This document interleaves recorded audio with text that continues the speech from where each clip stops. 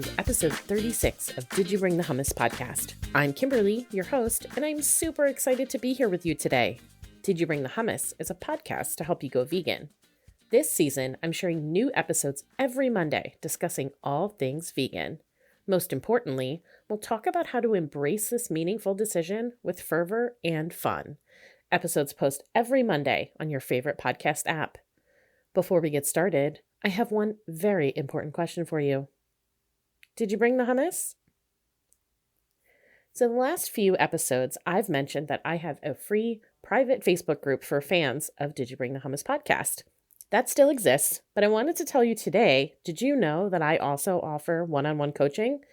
If you found inspiration in these episodes, but you want more accountability or help guiding you through exploring a vegan lifestyle, definitely check out my website for more information and schedule a free discovery call with me so we can discover, that's why I called it that, what you need, how I can help, and where to go from there. Today, I am joined by Stephen Lee August, Las Vegas magician and juggler turned Christian vegan activist. Steve enjoyed a long career as an entertainer, juggling bowling balls in Japan, balancing barbecue grills on his face on David Letterman, and cutting a woman in half on Jerry Springer. Now, Stephen enjoys a different type of excitement. He has become, in his words, a bible-thumping vegan animal activist. Having been Christian for over 55 years, in 2008 he unexpectedly became a vegan based on what he saw taught in the Bible. Being vegan in a church atmosphere stirs up a lot of aggression, but then being vegan any place does that. So he wrote a book called Vegans versus the Verses, a handbook for the vegan activists on how to deal with Christian hostility toward veganism, verse by verse. We talk about Steve's journey to veganism, his book, Christianity, and vegan waffles. We have a lot of fun, and I honestly wish I had asked him more questions. We definitely could have done a 2+ hour podcast. This podcast is for everyone, not just Christians. So bring your open mind and open heart, and if you've known me for most of my life, you won't believe what I'm about to say. Let's talk about the Bible. Hey, Steve. Thanks for joining me. Thank you. Oh, I got to click got it, don't I? There we go. Oh, There all we these go. fancy little buttons I got to do. It's a lot of requirements when you're recording things, huh? It is. It's like, you guys are used to all this stuff. My generation is still the ones with the blinking VCRs, and we don't. And I'm like, because when I was a kid, I knew how to do that, and I'm like, Dad, don't you get it? What's the matter with you? And he's like, let it blink 12 o'clock. I don't care. And now I'm that. That's me now.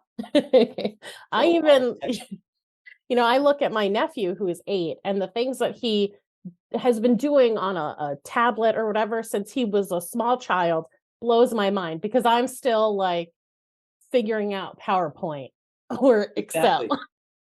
Exactly. I am just, Yep. It's really fun though. And I'm kind of okay with not being the expert at that stuff. It almost feels like, is it a feeling of pride that I'm not a TikTok expert? I don't know. It might be the same way that, that you might feel okay with like having to remember to hit the button when it says record. It's just a feeling of like, yeah, like I'm beyond this. Not better than, just beyond. Anyway, I digress. Well, Steve, we are not here to talk about how kids are great on the internet. Although maybe that is part of it because we'll be talking about activism, and activism certainly happens on the internet as well. But before we get into all of that, I would love to hear your vegan journey. How did you get here? I met you on a chat. No, how did I get here? As a vegan, it started out for me, I guess before we do the vegan thing, I have to kind of get into the whole, Jesus freak thing. Sure. Because it's, once again, we'll do that age thing. There was the thing back in the 60s, early 70s, the Jesus movement. And I was born to a Jewish mom, so Jesus was just like, that's like reading part 2 of the Bible. You don't do it. And so I was always the Christian. And I found myself one day, that goes back to 1966. So that's a long honking time to be, Bible thumper. And so with that, knowing that about me in advance, I end up going to dinner one night with a hunter who's Mm, also a Christian. And for some reason, we got on the subject, which is weird because it wasn't until 2007, 2008 when I had this conversation. So that, again, that's a long time too. mhm, And we got on the conversation and we were discussing, I'm like, well, he's a trophy hunter, by the way, trophy. mm, And I got into the thing, well, that's unnecessary killing. As the conversation progressed, I threw scripture after scripture to defend, mercy and kindness and compassion from the Bible towards animals. mhm, And he tried to fight it as best he could, and he lost a miserable death. But it wasn't because he wasn't right or anything like that. It's just because I've been, I could surf around the Bible a little bit better than he could. So, mhm, and that's the thing about debates. It's not always who's right. It who might have more, skills on a certain area. mhm, But either way, I did want it. But when I got done with the conversation, there's a couple things that happened during it. Uh, I realized my argument it was more with myself. Every argument I was throwing against him, I could throw at myself. okay. And the unnecessary use of animals. I looked down at my shoes while I was talking to him, and I'm like, I'm freaking wearing leather. I don't have to Mhm, wear leather, do I? I hmm, don't know why this is going through my head, but it did. So I'm still arguing with this guy, right? yeah. And how rude of me not to be paying attention. But but my brain at that time, in the back was just spinning around with all these arguments that I was making. And I said, "Well, you're just killing animals just for pleasure." And he goes, "Well, you're sure enjoying that cheeseburger you're eating."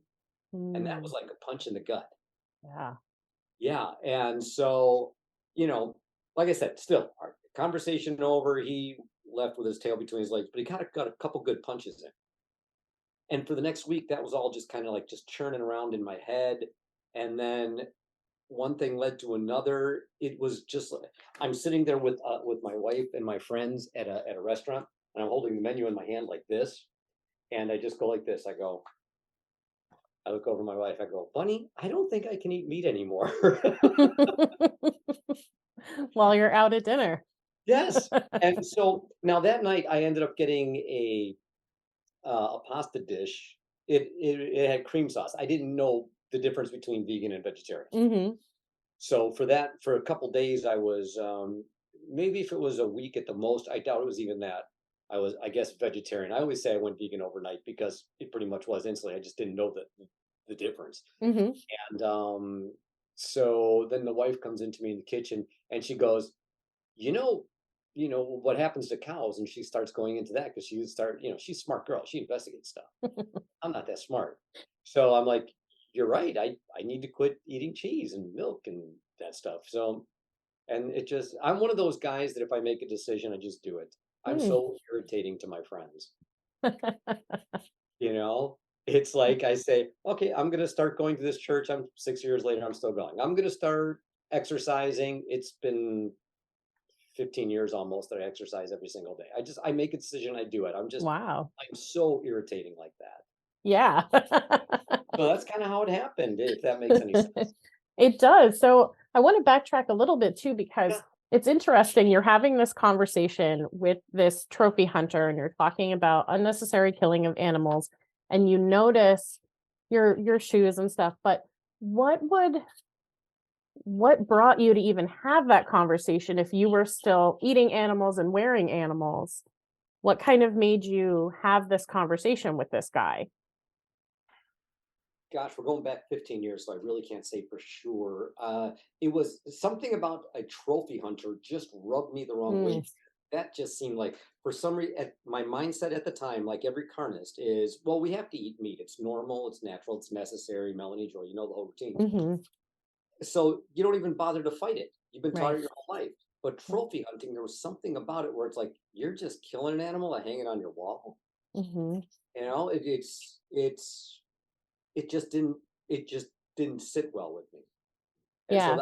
that's pretty much how we got into conversations. Okay, that makes sense. Yeah. Yeah. I was Because wondering 'cause you then I had could mentioned. also claim the whole, the whole, Jesus-y part of it. It's like the Lord was working in mysterious ways. Oh, And it Certainly, made right? I don't know. There was a whole series of things like that in my life. I mark it up to coincidence. I'm not the kind of Christian that thinks I, I'm not the kind of Christian that says, "Oh God, should I get a red car or a blue car?" Yeah. God doesn't care if you get red or blue. God wants you just to use the car to help the poor, feed the hungry, drive the old ladies to church. Use the car in the right. That's what God cares about. So Yeah. I'm not the kind of Christian to think God works. Maybe He does, but well, He sure did in that case because here I am today talking to you. Yeah, that's really, I love that take that, oh, maybe, but also maybe Yeah. not. I was thinking, you and I, we had the conversation before we started this recording, where you had mentioned that in your previous life, as an entertainer, Yeah. that you and your wife wound up like rescuing snakes and taking care of snakes, and I was curious if maybe that kind of, maybe you didn't even notice, but could that care, and maybe this happened after the conversation, so let me know if I have my timing wrong, but maybe caring for those snakes in that way and rescuing them somehow was already planting seeds and It caused an could even more visceral reaction to that trophy hunter to cause that conversation and kind of bring you to that space. absolutely. It definitely could have been a contributing thing. Like I wrote in the book, the whole part one to everybody listening. The whole part one is boring. Just pass it up. It's about me. Um, It's but it not talked about, boring. Don't but it listen to talked, him.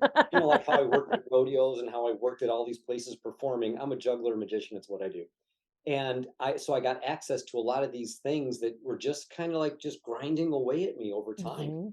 You Yeah. don't think about it, but subliminally, I just wish there was one loudmouth, pushy, Gary Yourofsky style vegan who would have just gotten in my face and said, "Hey, you know, just been rude." But all you get is vegans holding up little peaceful signs. Please don't kill animals. And I'm like, no, that just,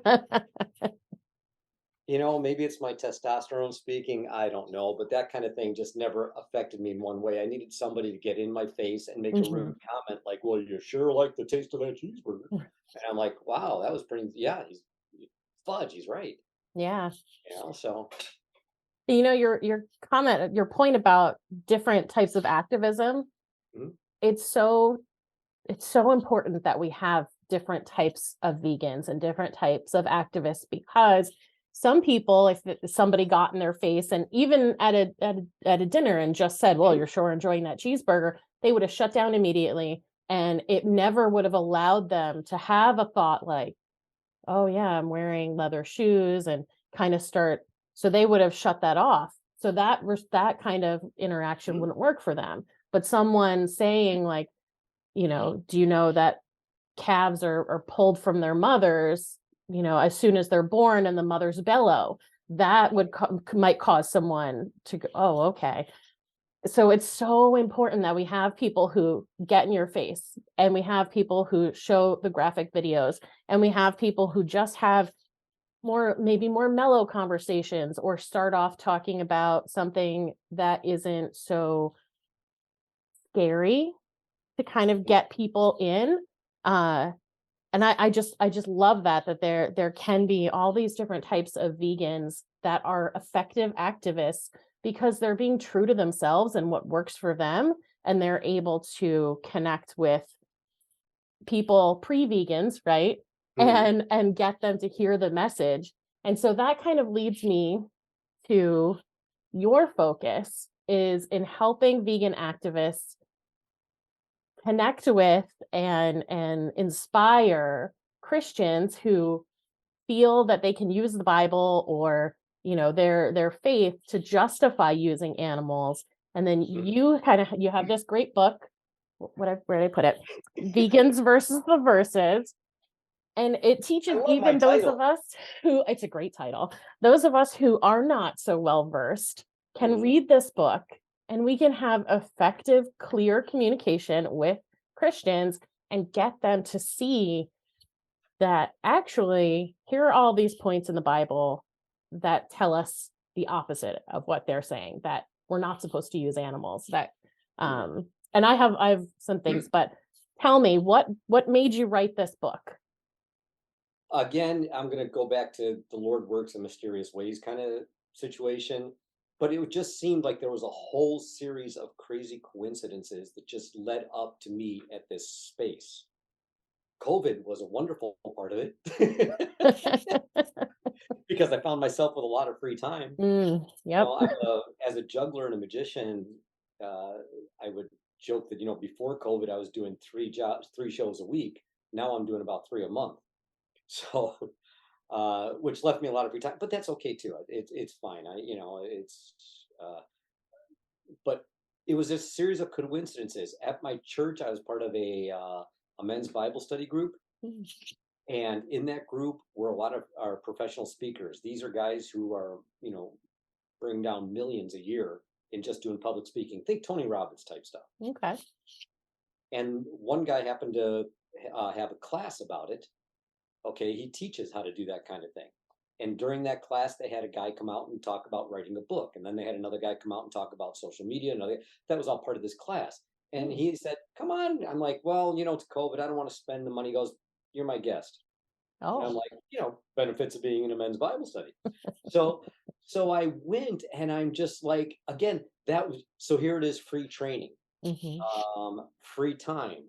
And of course I was doing the activism on the street. Let me back up a little bit before that Yeah. to where I was doing a protest at a rodeo.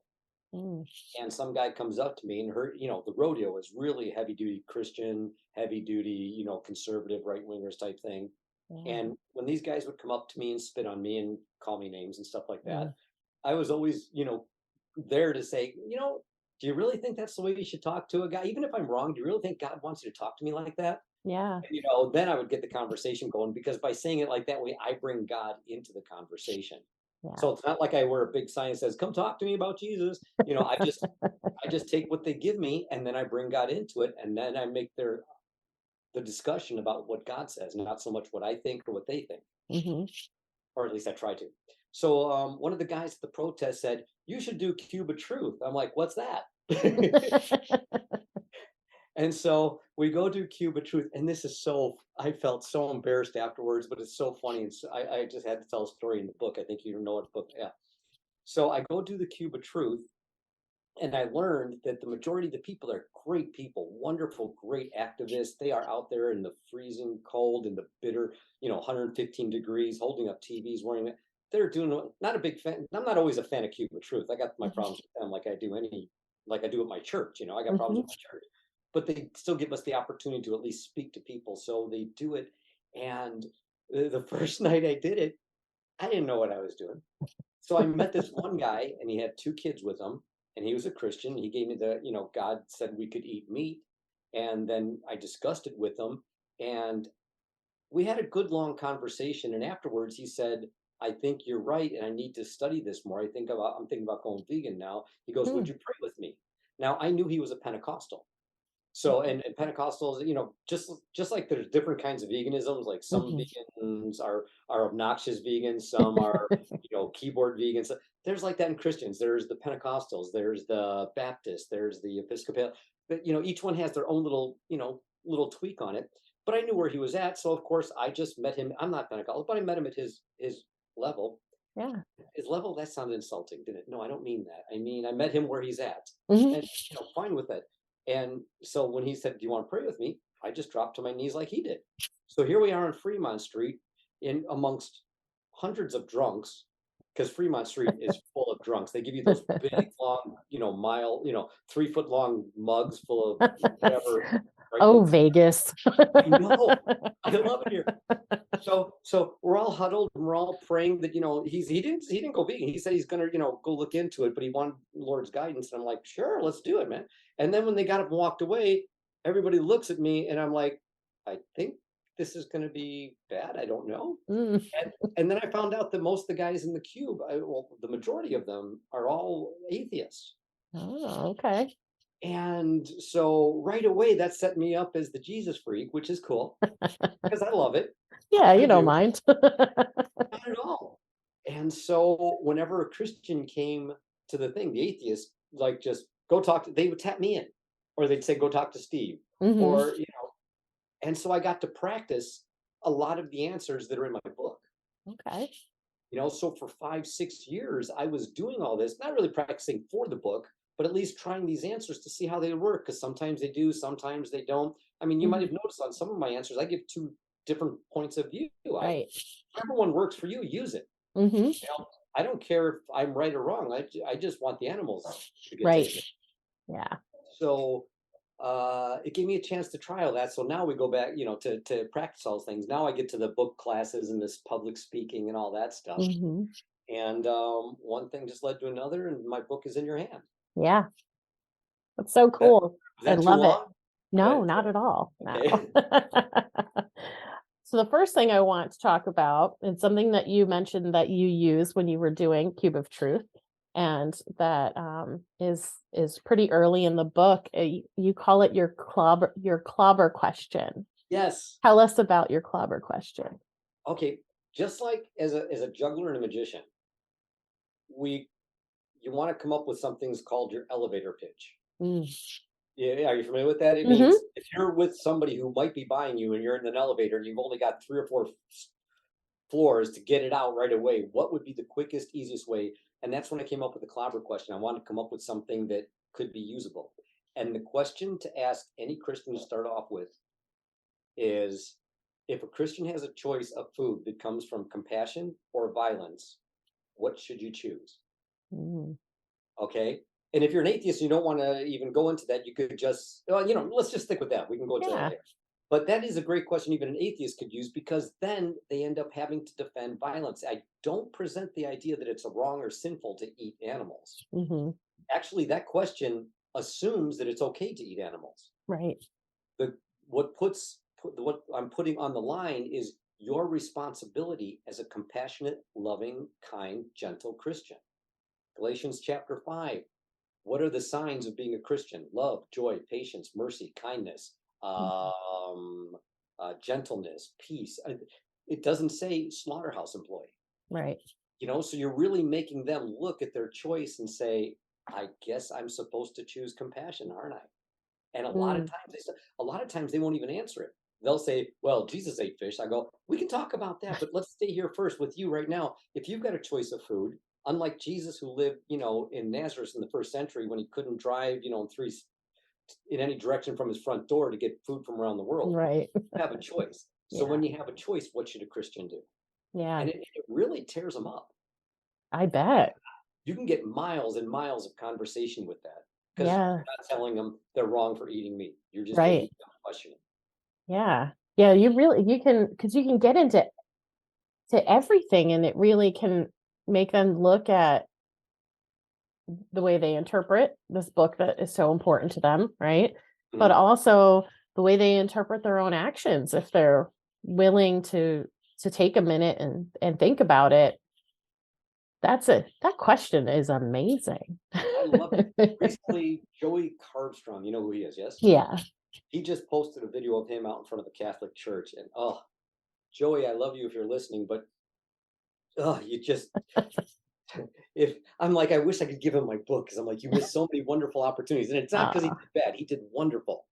But me looking at it through my lens, I'm like, I know what you should have said there. I know, because I've had that and it's worked. Yeah. But when I did post that question on that thing, and I had about, I can't tell you how many, likes, like it's, you summed it up, Steve, in just one question. I mean, that kind of thing was repeated over and over in the comments. And I'm like, I felt real good about that, because Joey's awesome. Just to be credited like in the same area, that made me feel good. Yeah.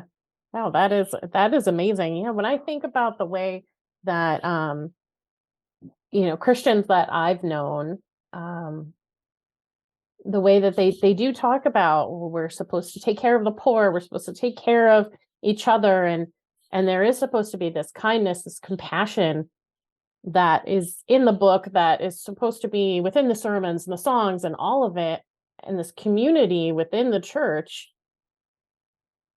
But then there's this, like you said, like this, then they're defending violence when they're saying, well, God said we could eat animals, and we're supposed to eat animals, or we have dominion. And I bet you hear that all the time. That's the number one. That's the number one. And I go, to me, it's like the easiest one for me to win, yet it just, Mm, for some reason, the cognitive dissonance doesn't allow it to sink in. Because yeah. if you read where, God gave us dominion, the very next sentence, we get vegan boundaries on our dominion. The Ah. very next sentence. And I'm like, did you quit reading? Did the commercial come on and you went to take a leak or something? Like, did you not finish the whole chapter?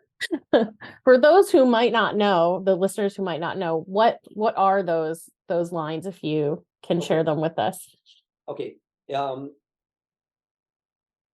set this up, it's important to understand that, and I heard this from a wonderful Bible apologist, never read a single verse. Mm, Okay. And that's so true, because if you just read it where it said God gave us dominion, okay, that sounds like dominion. right. But the entire that verse is only one part of a passage. It starts in Genesis like 1:24-25 and ends in Genesis 1:31. Okay. Okay, so you really got to read that whole thing to get the understanding of that one line. Actually, read Mm, the whole chapter. It's going to be much more beneficial. The whole, actually, let me talk about this part. The Bible wasn't written in chapter and verses. And it's mm, embarrassing that so many Christians don't know that. A bunch of monks got together. It's argued whether it was in the 11th century, 13th century. Either way, it doesn't matter when. A bunch of monks got together and said, this is a big book, man. How do I know where to go? When you said in Matthew, I'm like looking all, and they go, let's break it into chapter and verse so we can mm. find it quick. Matthew chapter 7, verse 3. Oh, got it. You know, so it Yeah. made it easier for study. But here we are 2,000, or hundreds of years later, and instead of using that for Bible study, we use that to support a bias that we might have. Mm, But it stops people from reading the whole passage and get its complete context. I often say, in the book, I say get the whole context, and then I'll go into example of what that whole context, and I'll start it from 24, 25, and read all the way up to 31, where it says God gave us dominion over the animals, and plants will be your food. That's in verse mm. 29. So I think it's 28 and 29. Okay. One verse difference. Just Yeah. read the rest. So it's interesting that, and he says it twice. He even goes on to say, and the animals will eat plants. Mm, Okay. God establishes, or God through Moses establishes mm. twice that plants are to be our food. And again, this is in the Garden of Eden. Every Christian knows that there is no death, there is no suffering, there is no pain in the Garden of Eden. Yet they still Hmm. want to presume that dominion allows us to hang animals upside down and slit their throats. Right. It doesn't fit. Not at all. Yeah, you can't humanely kill something or someone who doesn't want to die. And so animals have an interest in living. There's no, so yeah, they have to step away from that idea that of, the Garden of Eden and there being no suffering, and they have to step away from that and come up with another way to justify what we do to animals in order to eat their bodies. They're not going to get it from Genesis chapter 1. It's verse 29 makes it so clear that God's original plan was for us to be completely 100% vegan. Hmm. It's all in there. And oh gosh, I lost my train of thought. Go ahead. I'm sorry. Oh, no. Let me see. While we're talking about this idea of humans having dominion, there was also a spot in your book, and I won't read, verbatim because we want people to pick up the book and read it themselves. But there is a section about, under the human exceptionalism, and Yes. you talk about hospitals and symphonies. And so you're saying that in order for Christians to prove, mediating Christians to prove that humans are superior, they'll say things to you like, humans build hospitals and write symphonies. I'd like to see an animal do that. And then you go on to explain, like, but they're not made to do that. What they're doing in their, let's say, catness, cowness, dogness, squirrelness, that is them being superior to, and this is, I'm not quoting you exactly. This is kind of my No, I like that you interpretation. said the catness and the dogness and the cowness. That's clever. I like that. Yeah, yeah. So they get to be themselves in all of their ness and perfectness within that. Mhm. Just like the way they don't write symphonies and they don't build hospitals, like we don't climb trees with our hands and our feet, without any kind of support, right? I mean, we can do that if we're harnessed and whatnot. But I love that, because I've heard people say that too, that like, oh, well, we're better than animals because we can do X, Y, and Z, but we can't do things that they do because we're not intended to, the way they're not intended to do what we're doing. And that's the And I beauty love of that. God's example, because for them to say they're not as smart or they're not, it's, are you saying God didn't make them properly? Mm, You know, yeah. if God made an animal he made fish with the ability to swim, he made them exactly the way he wanted them. And he said in Genesis, it was good. He made birds with the ability to fly, and eagles with their superior eyesight, and dogs with their superior sense of smell, and other animals with hearing. He made them exactly the way he wanted them. Yeah. Okay. If people keep forgetting, God made everything for his own pleasure, his own glory, not for people's. Ooh. Okay. So to say to God, well, you didn't make a pig as clean as I would make it, or God, you didn't make a cow as smart as I would make it. Are you telling God that he did something improperly? What kind of Christian are Yeah, that seems a little out of alignment. you? Yeah, God made them exactly with the intelligence they need to survive the way he wanted them to. Hmm. And it brings God pleasure to see them in that way. It's like I think about it's like I remember driving to a gig in some small little town, and I'm looking, in dirt road type thing, and I'm looking at a hawk just floating in the air, and I Mm, was like mesmerized at that, like so effortlessly flying, and I'm like that brought me pleasure to see that. And here we are denying animals the ability to fly, and we think that brings God glory when he's like, I made these for my pleasure. God probably likes seeing that hawk float. He probably hmm. likes seeing puppies play with or kittens with a ball of yarn. It brings God pleasure for us to deny animals what they need, what he programmed into them. Let's just Hmm. say, instinct. Okay. To deny Yeah. animals that is how we define animal abuse. And that's where we can clobber the Christian carnist. Okay. Yeah. Because like, oh, it's not abusive. Yes, it is. You denying anything that God gave that animal, that's abusive. When Right. God made a chicken to grow this big and then you genetically manipulated it so it grows this big, are you saying God didn't know how to make a chicken? Mm, yeah. See how I can use that? Oh, yeah.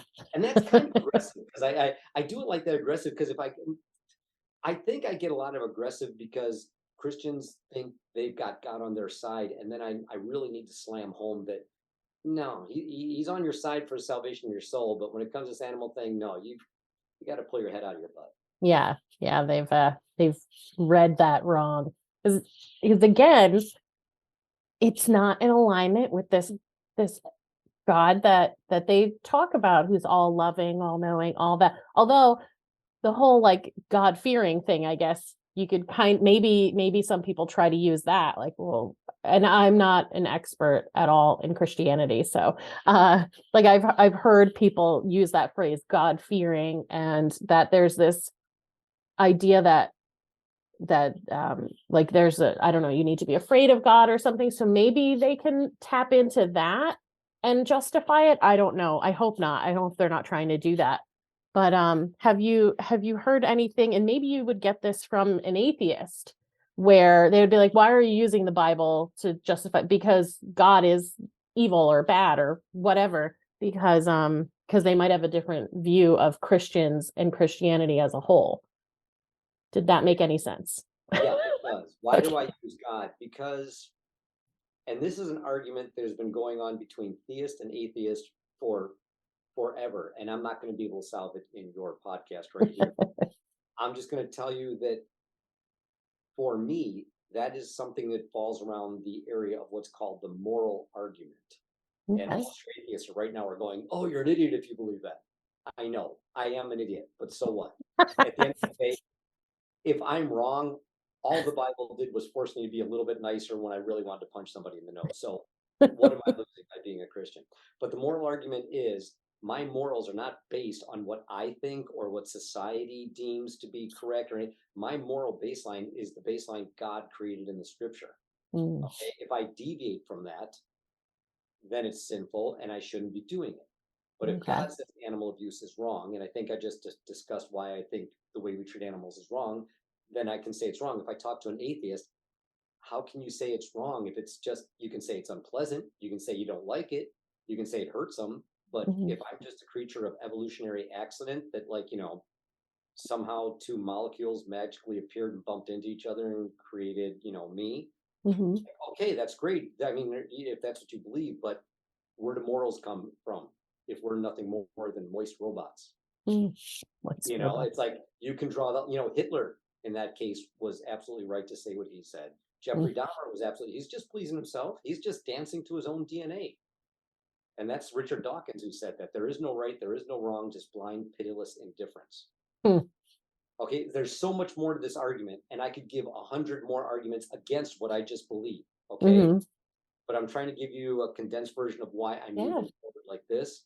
And the bottom line is, it doesn't matter. What matters is who we're talking to. As an activist, if we're talking to a Christian, meet them where they're at. Hmm. If you think what they believe is a fairy tale, let them hold on to their fairy tale, because at the end of this, who cares as long as they quit hurting animals? That's our Yeah. goal as a vegan activist. I'm not here to Hmm. debate theism. Yeah. Okay, I got as many problems with theists, as I do with atheists. Hmm. Okay, I just happen to think that there's evidence, good evidence on both sides of the argument. I just happen to think the evidence on the theist side, to me, is more convincing. Hmm. That's all. So I'm going to stay a Christian. I'm enjoying it, and when it's all said and done, if I end up in the grave, okay, no big deal. And I'm not one of those people who believe in eternal torment, so I don't really have that pressure to force, you know, views onto an atheist. If you Hmm. use that word force, which can't possibly be, but you get the idea. Yeah. So does that kind of sum up some of that question? Oh, let me go Yeah. with the dominion thing. Yeah. Sure. Uh, I think what you were hinting at earlier, or we didn't quite get to, or you were leading to, but kind of went somewhere else, was the dominion. I feel that a lot of Christians will use dominion and say it doesn't. We have dominion, but a lot of this doesn't apply because that was just given to humans, and animals aren't don't really deserve kindness. They don't. Oh, Mm. geez, I'm trying to think of what we said earlier, and I'm getting lost. We'll come back to it. This is twice now I started on this. I lost my That's okay. Well, because part of it, right, is that, and again, you correct me, of course, because I'm coming from not an educated space here.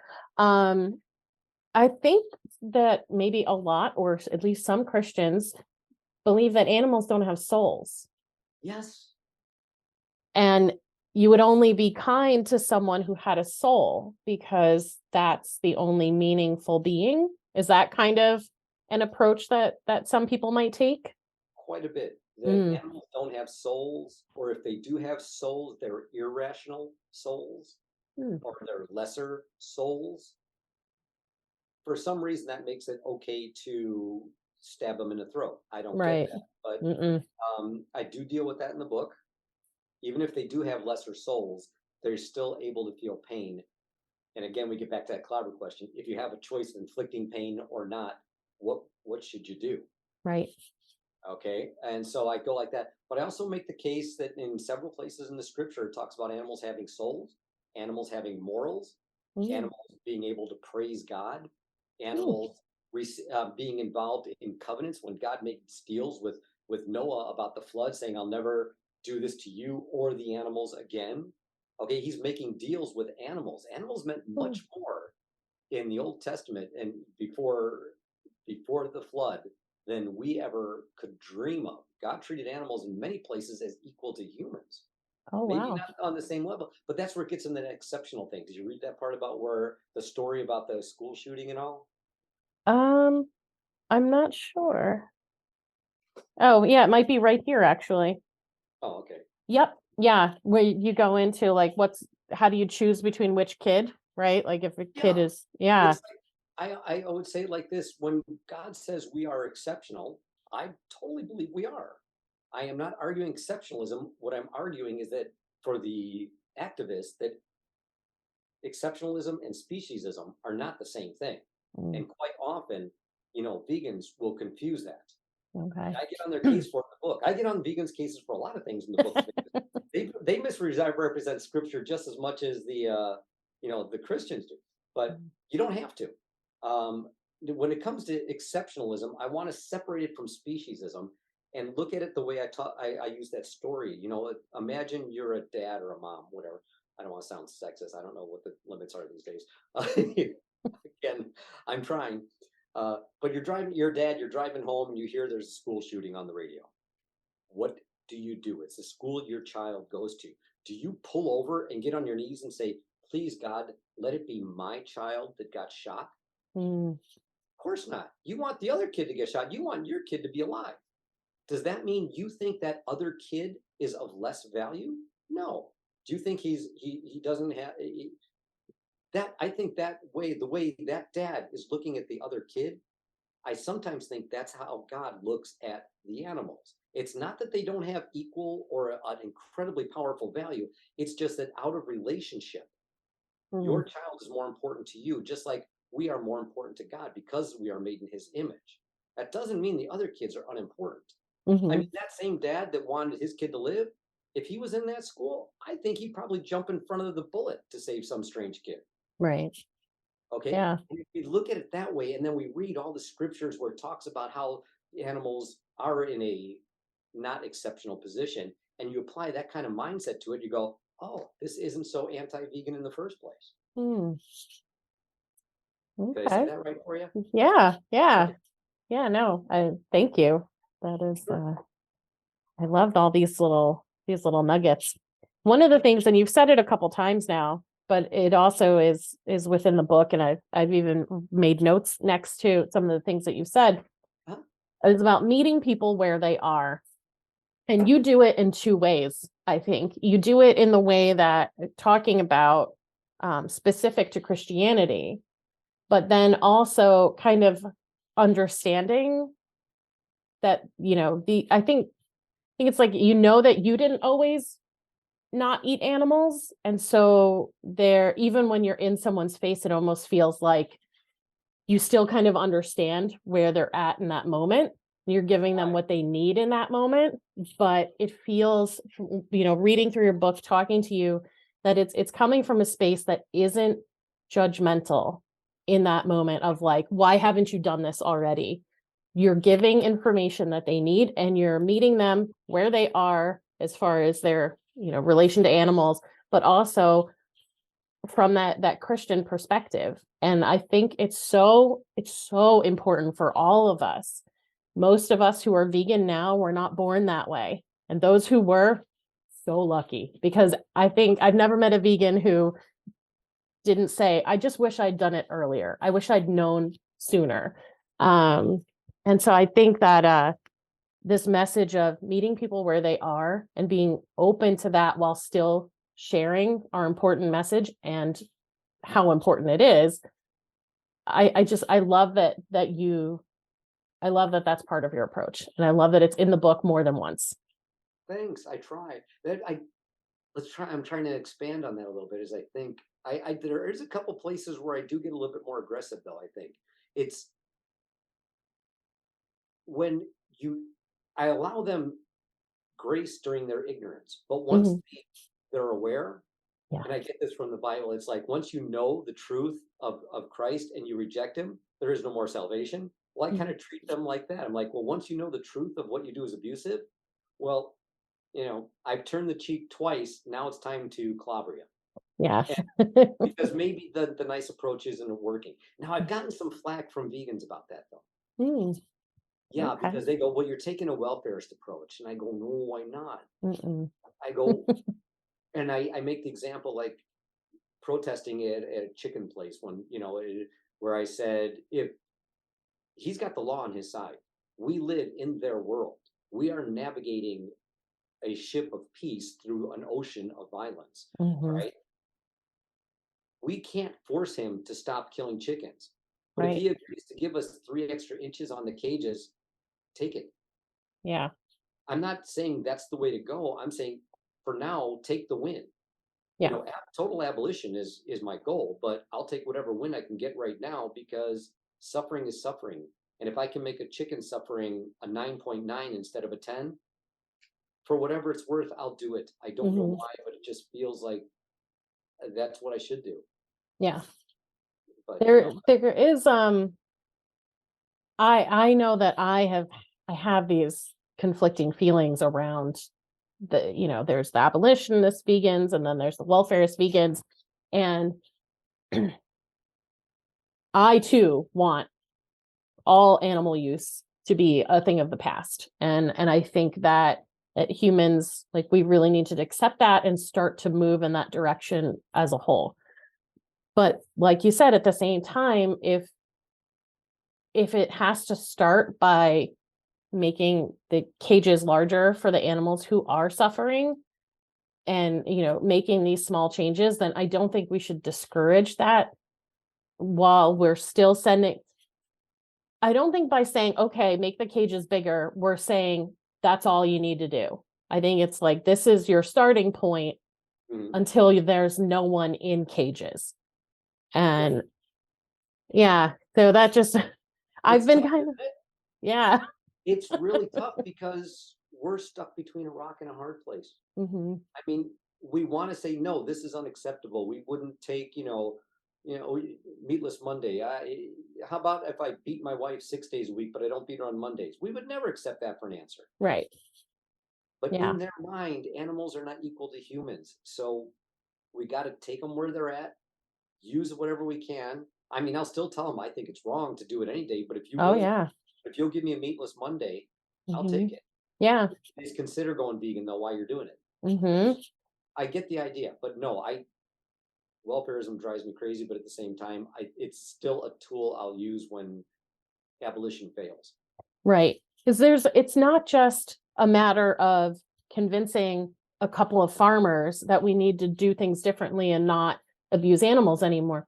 It's a system. The way racism is a system in the US, how we abuse animals is a system. And it's not just going to topple because a few of us are like, no more animals, and we don't make any other changes. It's I think it has to start with making those types of changes, because that makes people aware. Because if we're not asking them to make cages bigger or change the environment that pigs live in so they're not trying to chew off each other's tails, then people don't know that's happening.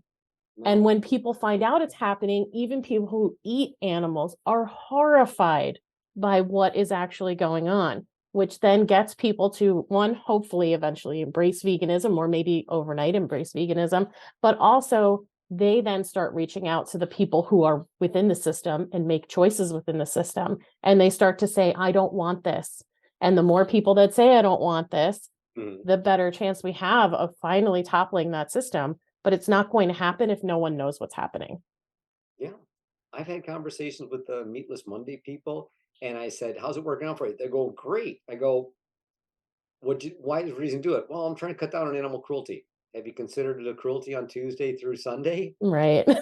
But at least if they've had a couple months or even a year of Meatless Mondays under their belt, they seem like, my experience is they've been more receptive to hearing vegan. I don't know. You and I could both be dead wrong on this, but I'll still give everything my best shot. I step up to the plate, I swing the bat for a home run. If I only get to second base, I'll take it for the moment. Yeah, same here.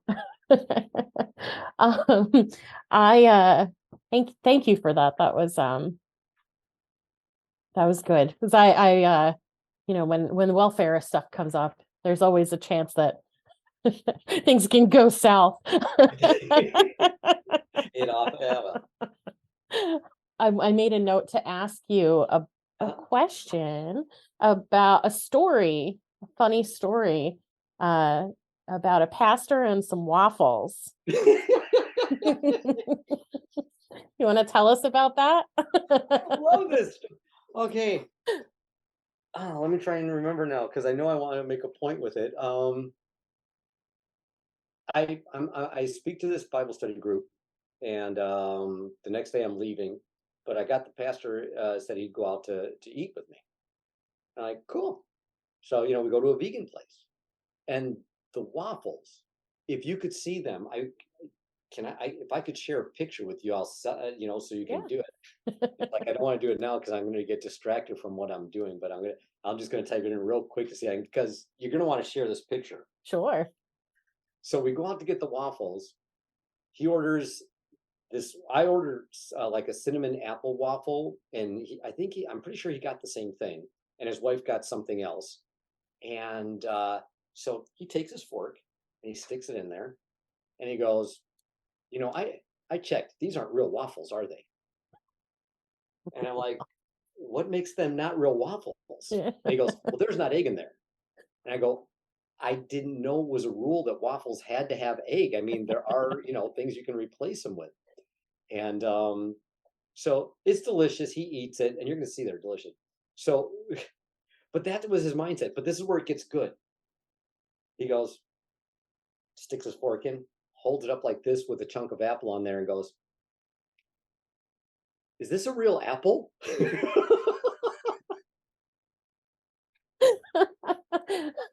Oh gosh. I'm like, oh my gosh, and you're the pastor of a church? Oh gosh, I could not believe this man. I was I It's not wanted a to real apple because it's a vegan apple, right? yeah. So this is where the comedy kicks in. This is where it gets good. So I say, I look at him, wait, I had my glasses on at the time. I go like this, I go, no, that's what you would call a vegan apple.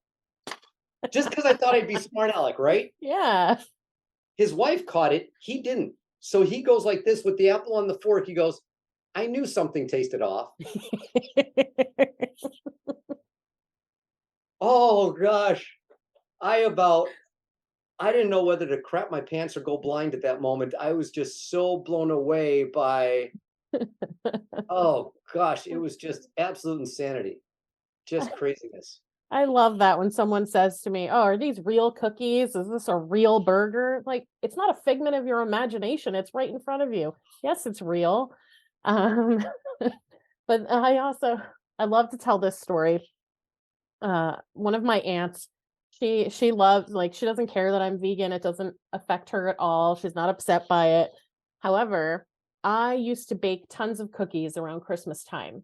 And when I was vegetarian, they still had eggs and milk in them. And Huh? she loved the cookies. And then once I started making vegan cookies, she actually told me, I love her so much. She said to me, I'm not going to eat them because of what's not in them. She knew no eggs, no butter, no cookies for her. How does that happen? I know. Even And you when know I what? She was wasn't lying. She's never eaten any of my vegan cookies. She's really missing out, though. She really even is. when I was a carnist, if I went out with friends who were vegetarian, I'm like, all right, I'll try a vegetarian meal. I don't care. You Yeah. know, some people they just have this wall. They just Yeah. I guess we all have those stories, don't we? I think we must. Yeah. Golly, Humans are amazing. complicated. And then I've got the sad stories. Oh, yeah. It's it's it's heartbreaking to see people getting sick off the food they're eating Yeah. and then telling me you can't be healthy on that vegan diet. And I'm like, I'm 61 years old. I work out 90 minutes a day. I'm not on any cholesterol medications. What is unhealthy about me? As you Right. guys are taking 12 pills a day. Hmm. I It's know. that part. It's like I want to get mad, but it just breaks my heart because I'm usually having these conversations with people that are in my in my circle, my family, Hmm. my Yeah. friends, people I love, and then feeding it to their children, knowing these kids are going to grow up to be the same thing, and you're like, can't Hmm. do nothing. Yeah. Again, we're in their ocean. We're just a small boat on their ocean. Yep. Ah, Yeah. I sent you the waffle picture. I don't know if you can see it. Oh, awesome. I will definitely save this and we'll include it with the podcast so everyone gets to see the waffles if that's all right with you. I love it. Oh my goodness, I'm coming over for dinner or breakfast We're or from a both. town called the Modern Vegan. Ah, nice. Yeah, she's a great activist. She's always been very supportive of what we do. I have sat in her restaurant for 10 hours a day while they feed me coffee writing this book, and they never kicked me out. They never, they were very cordial. Oh, that's wonderful. Oh, what a lovely place to write about this incredible movement. And you're doing the Lord's work, I think. I'm trying, and I hope I am because I'm not trained for this. I'm really not. I mean, I even say that in the book. I'm not a pastor. I did not graduate from seminary. I don't hold a master's of divinity or anything like that. I'm just a kid who's been reading the Bible since the 60s. And Yeah. it just so happened that when I became vegan, the two of them just kind of got together, and all of a sudden, like at the Cube, I'm the guy. Go ask him. Yeah. And I kind of I'm it makes me happy Mm-hmm. because I'm doing, as a Christian, you always want to share the gospel too. So it does Yeah. give that opportunity. Now that's not my target. Mm-hmm. My target is, I know when I'm there at that moment, it's veganism. I'm there for the animals, but I've had the opportunity to talk to a lot of people. This one girl came up to me and she just goes, "I never liked the Bible until you explained how those verses show love and compassion." She goes, "I think I'll Mm. give it another read." And I'm Nice. Okay. like, dang, that felt good. Yeah. Like, Now the flip side of that is I wrote the book. I wrote the book for this little pocket of people right here, the yep. vegan activists. But I know, even though I wrote the book for them, I've got this whole world of Christians who just want to go, "Up yours, Steve. We're going to prove you wrong." And Mm. that's the most the mail that I get, unfortunately. Oh, geez. But they say that if people aren't angry or upset with what you're doing, you're not doing it right. And you can't make everyone happy. I know, and I don't worry about it. Yeah. And I've got a God I'm accountable to. Is with every mistake I made, He'll say, "At least I know you were trying to do your best. Well done. Yeah. You're a total idiot, Steve, but you tried." If I can get that, I'm happy. And I think when we look at, your whole story, and you share that, when your love for the Bible and Christianity, and how connected you feel to that. And then when you went vegan, how they just so seamlessly came together for you. And now you found a way to be a vegan activist while including, your love for Christianity and that connection. It's like everything in your life has brought you to this, which is so meaningful, the work that you're doing. It seems so. It Yeah. seems so much more and it's not that my past career hasn't been wonderful, Yeah.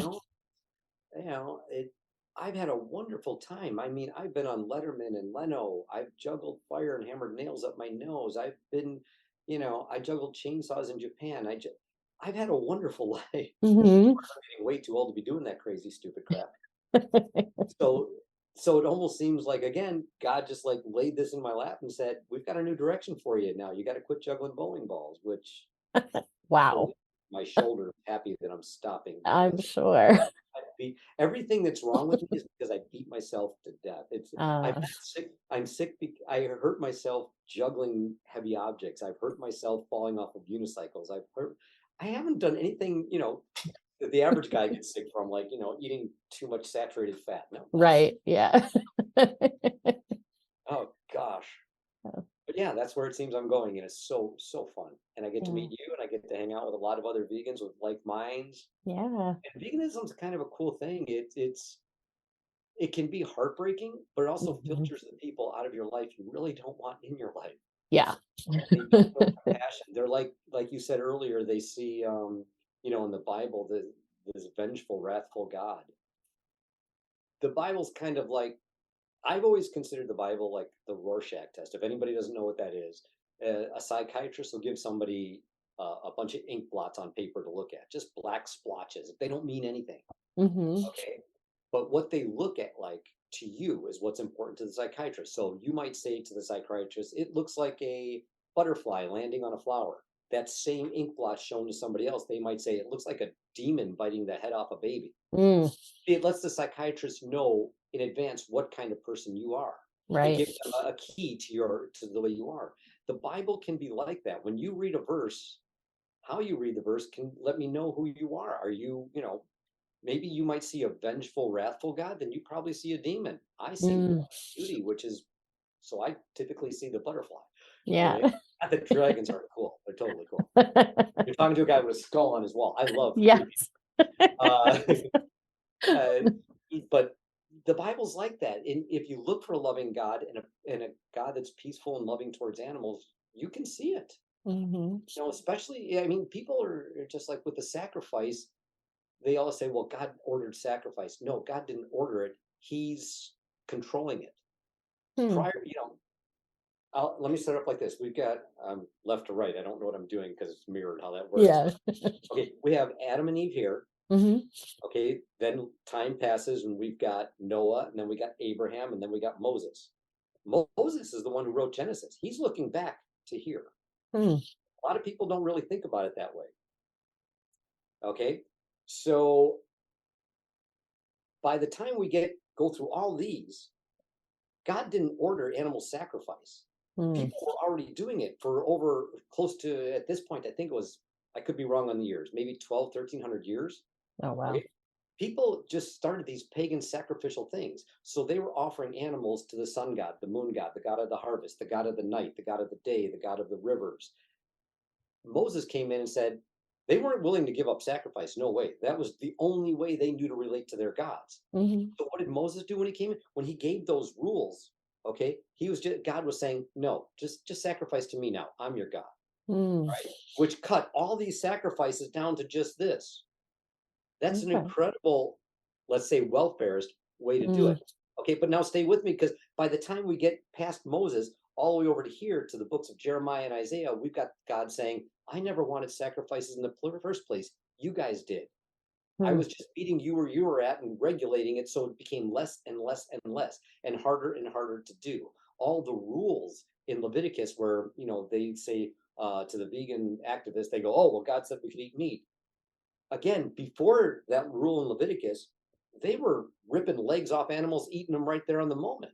All right. God's like, no, if you're going to eat meat, it's got to be like this and like this and like this.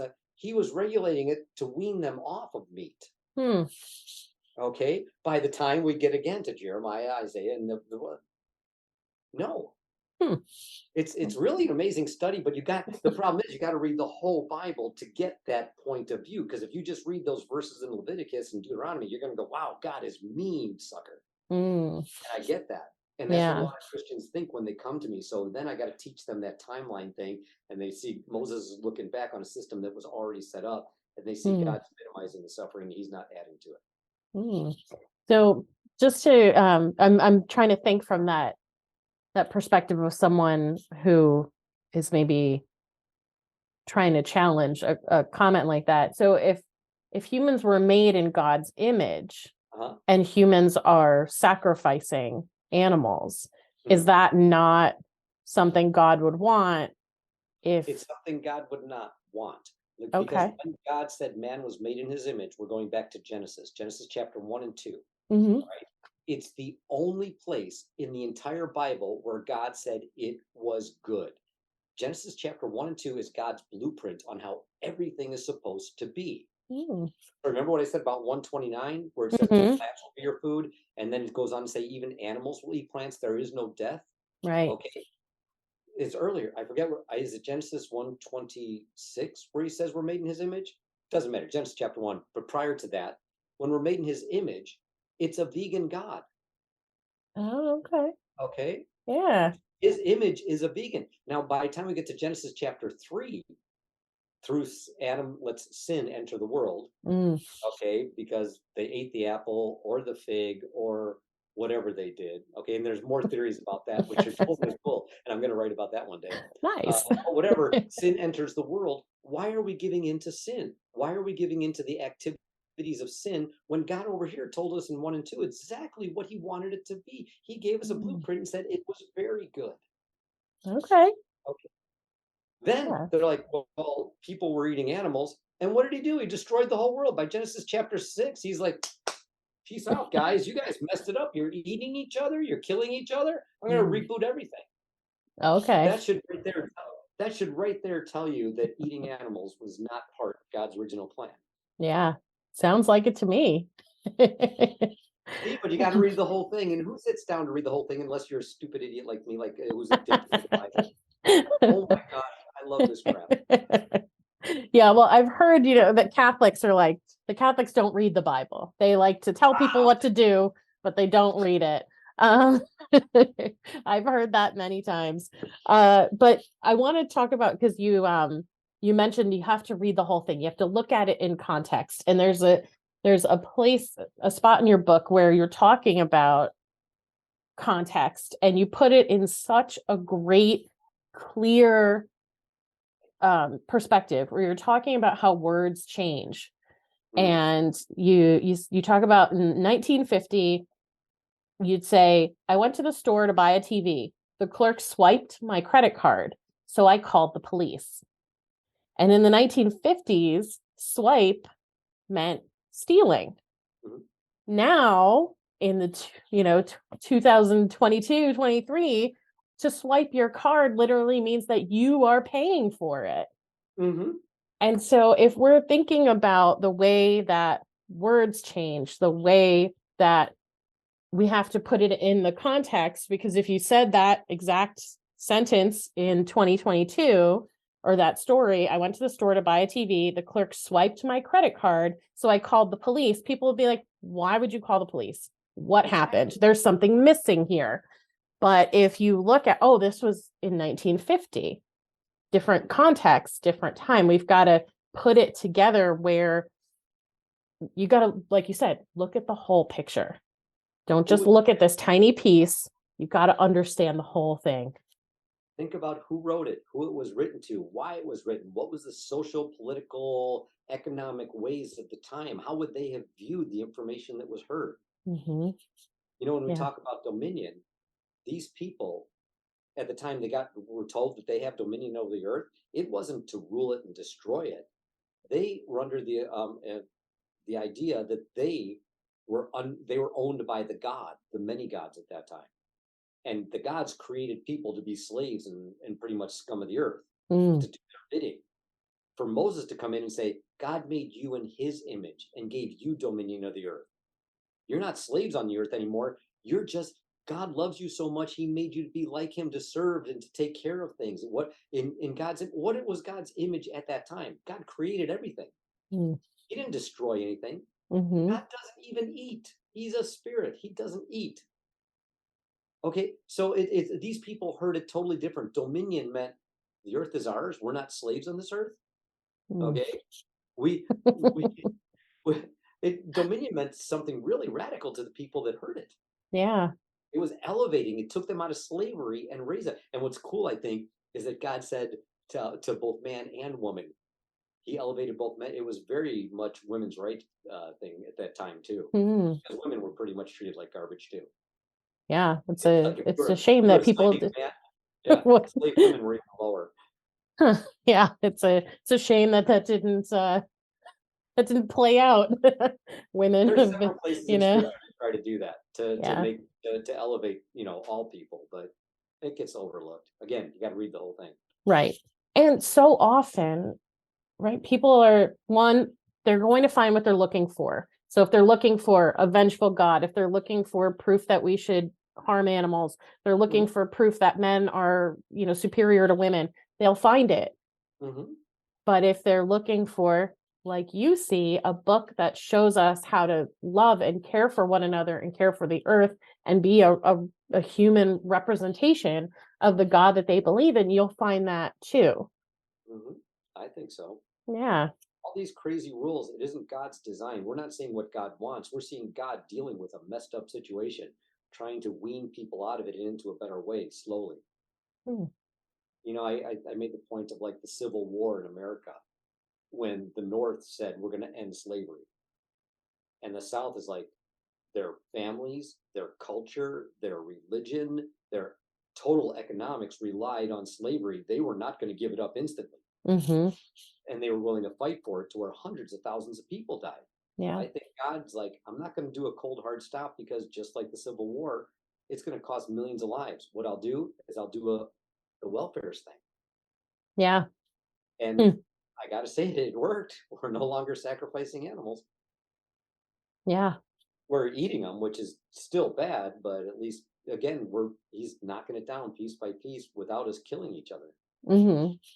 So I think that can give us hope that I, we're moving where we'll see, maybe we won't see in our lifetimes a vegan world, but maybe the kids of today might. That's pretty cool to think about. wouldn't that be great? Yeah. Yeah, like we always hear the jokes. Their kids are going to look back, go, "You ate animals, Grandpa? What was wrong with you?" Right. Yeah. Like, how could you do that? Oh, I hope so. Uh, I mean, you look at the way kids are, a lot more open to lots of different things these days, I think. So I think maybe the future's in better hands. Uh, and that's what it's supposed to do, right? We're supposed to make the next generation better than we were. We should. Yeah. But a lot of people are just plain old selfish. Yes. Oh, it's so heartbreaking. Just so much. Yeah. All they think of is the here, the now, the moment. Mm-hmm. And I don't think a Christian should do that. Mm. You know, a Christian has responsibilities that they agree to, not because, I mean, they agree when they say, okay, Christ, you are now you are the Lord of my life. I'm going to live through you. I am going to let people see you through me. Mm. Is greed part of that? Right. Is taking more than you need part of that? I mean, there's a couple places in the Bible where God lets us party and rock on a little bit, but that should, it's like He made water into wine, but that was a party. That isn't an everyday kind of thing. I Mm-hmm. use the example of alcoholism. It's like, is it okay to get drunk? I think so. Is it okay to be a drunk? Oh, heck no. Right. Okay, there's a big difference. Yeah. My wife will get drunk once every 2 or 3 months, maybe, and that's only if I can force her to. If I keep slower, because she's a hoot when she's drunk. But it's not an everyday thing. She won't even have a glass of wine at home. She's like, yeah, not my thing. Mm-hmm. But and so I think there's room for some pleasures like that. Yeah. Like when Jesus did the water and the wine thing. But too many people think, no, living to excess is every day of our lives. We should grab all that we can. And I'm like, Right. that's not God's way. Right. And there's also this, we've got to get it before someone else does. Like there isn't enough. There's this scarcity mindset too, that there just isn't enough for everyone. So me, I've got to get it. And Exactly. and it does lead to. And they feel that way about animals too. Did Yeah. you read that zero-sum game thing I wrote? Mm-hmm. And that's what it's about. The people assume that God has 100 units of love, and that if the animals get 20 units, that humans only get 80. It Right. isn't like that. God can give total love to all beings, all time. We don't have to worry about animals being loved and cared for. It doesn't take anything away from humans. But Yeah. humans think if they get any, I get less. And it's Right. And like we're capable of that too. Just Yes. because we love our immediate family doesn't mean we have less love for new people who come into our life, or we love our partner so we can't love our siblings. Like that's not how it works. We can spread it out as much as we need to, and if we can do that, and Christians, God is like the big picture of the whole thing. If we're capable of it, certainly God must be capable of that. Oh, So sure. right. So to feel like there's not enough doesn't make any sense at all. None. But they do. Yeah. And that's Well, activists, we've got to fight that. yep. I was going to say we have our work cut out for us, but we're doing it. Yep. Bring it. Exactly. Steve, before we go, I have one more question for you. Sure. Tell us about your favorite hummus or your favorite way to eat hummus. Okay. I'll tell you my favorite way, but I'll tell you yeah, okay. My favorite hummus, and unfortunately, I can't even tell you the name of it. I just went to a place the other day that just had hummus that blew me out the doors. I have no idea what kind it was. It was so Nice. good. But typically, I will get, can I say brands? Of course. Yeah.